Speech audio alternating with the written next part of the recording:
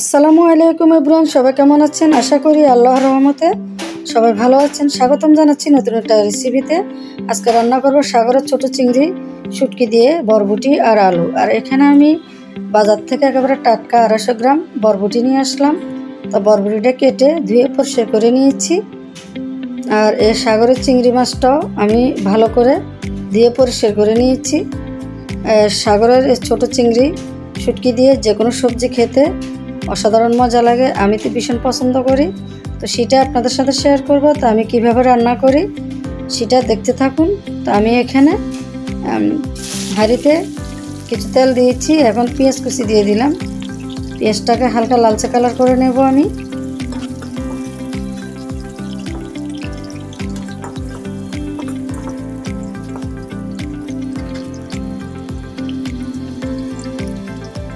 তো পেঁয়াজটা একটু নরম হয়ে আসছে, তো এখন আমি 1 চা চামচ রসুন বাটা দিয়ে দিলাম।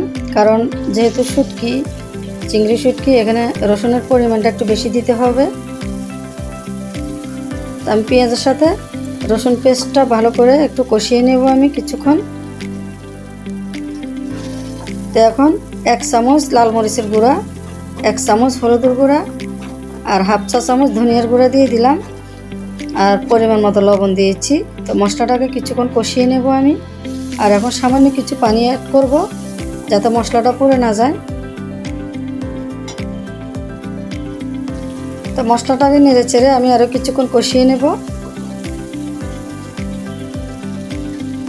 কষানো হয়ে গেছে, তেলটা পুরো ভেসে উঠেছে। তো আমি এখন চিংড়ি শুটকিটা দিয়ে দিলাম। তো সব মশলার সাথে ভালো করে নেড়ে চেড়ে আরও কিছুক্ষণ কষিয়ে নেব আমি। কষানো হয়ে গেছে, এখন বরবটি আর আলুটা দিয়ে দিলাম। তো নেড়ে চেড়ে আমি কিছুক্ষণের জন্য ঢেকে দিয়ে রান্না করে নেব। যারা আমার ইউটিউব চ্যানেল থেকে আমার ভিডিওটা দেখতেছেন তারা আমার ইউটিউব চ্যানেলটি সাবস্ক্রাইব, লাইক, কমেন্ট করবেন। আর যারা আমার ফেসবুক পেজ থেকে ভিডিওটা দেখতেছেন তারা আমার ফেসবুক পেজটি ফলো করে সাথে থাকবেন। তো আমি কিছুক্ষণ কষিয়ে নেব। তো এখন আবার একটু নেড়ে চেড়ে দেবো। আমি কোনো প্রকারে পানি অ্যাড করে নিই, যে পরিমাণে পানি দিয়েছি এটা দিয়েই মানে তরকারিটা কষিয়ে নেব আমি। এই ছোটো চিংড়ি শুটকি দিয়ে যে কোনো সবজি খেতে অসাধারণ মজা লাগে, সুন্দর একটা ঘ্রাণ আসে। তা আমি আরও কিছুক্ষণের জন্য ঢেকে দিয়ে রান্না করে নেব। তো কষানো হয়ে গেছে আমার।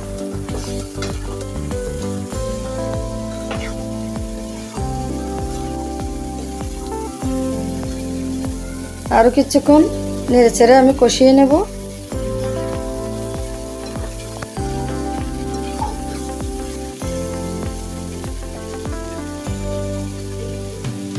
এখন আমি সামান্য কিছু পানি অ্যাড করব যাতে আলুটা আর বরবটিটা আর একটু সিদ্ধ হয়।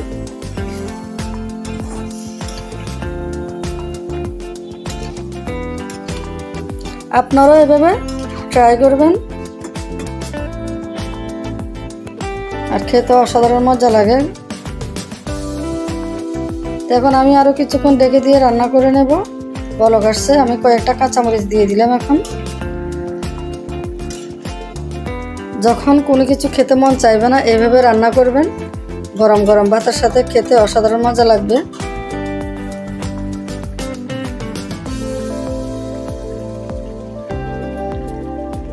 আমি জলটা আর একটু শুকিয়ে নেব। তো এখন কিছু ধনিয়া পাতা অ্যাড করলাম।